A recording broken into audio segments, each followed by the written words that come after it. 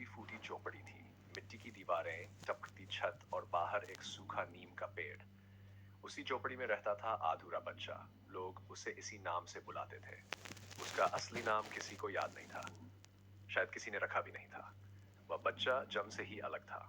उसका एक पैर पूरा नहीं था। चलने में उसे बहुत तकलीफ होती थी। जब बाकी बच्चे दौड़ते, खेलते, कंचे मारते, तब वह झोपड़ी के बाहर बैठा उन्हें बस देखता रहता।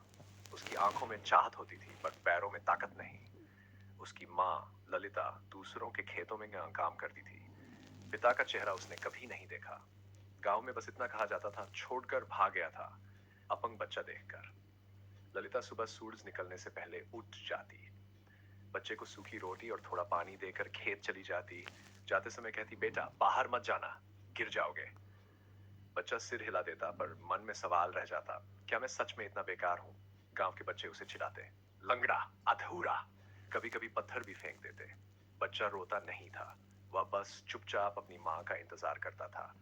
माँ ही उसकी पूरी दुनिया थी। एक दिन बरसात बहुत तेज हुई। झोपड़ी में पानी भर गया। बच्चा एक कोने में सिमट गया। तभी उसने देखा, सामने की सड़क पर एक बैलगाड़ी पलट गई। एक बूढ़ा आदमी नीचे दब गया। लोग दूर खड़े देख रहे थे, कोई आगे नहीं बढ़ रहा था। बच्चे का दिल जोर जोर से धड़कने लगा।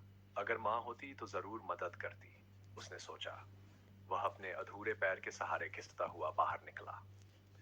दर्द से आंखों में आंसू थे, पर कदम नहीं रुके। उसने अपनी छोटी सी आवाज में चिल्लाया, काका, हिम्मत रखो।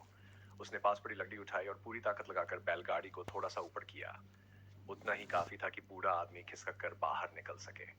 तभी गांव के कुछ लोग दौड़ कर आए। सब हैरान थे, यह तो वही अपंग बच्चा है। उस दिन पहली बार किसी ने उसे आधूरा नहीं कहा।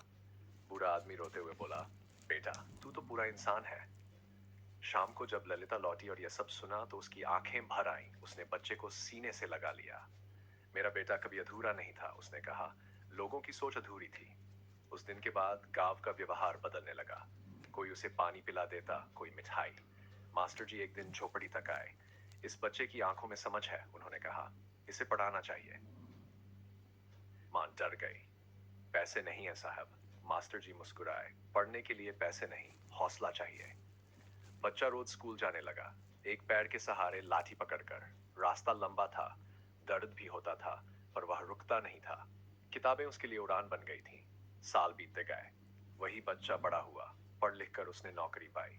एक दिन वह गांव लौटा, साफ कपड़े, आंखों में आत्मविश्वास। वही लोग जो कभी उसे चिढ़ाते थे, आज सिर झुकाकर खड़े थे। उसने झोपड़ी की जगह पक्का घर बनवाया। माँ को कुर्सी पर बैठाया और कहा, अब आप काम नहीं करेंगी। गांव के बच्चों को उसने एक बात सिखाई, जिसे तुम अधूरा समझते हो सकता है वह तुमसे ज्यादा पूरा हो। आज भी गांव में लोग कहते हैं, ये उसी अधूरे बच्चे का घर है। पर अब उस नाम में दर्द नहीं, प्रेरणा है। क्योंकि कुछ बच्चे शरीर से अधूरे होते हैं, पर हौसले से पूरे। और कुछ लोग शरीर से पूरे होकर भी दिल से अधूरे रह जाते हैं।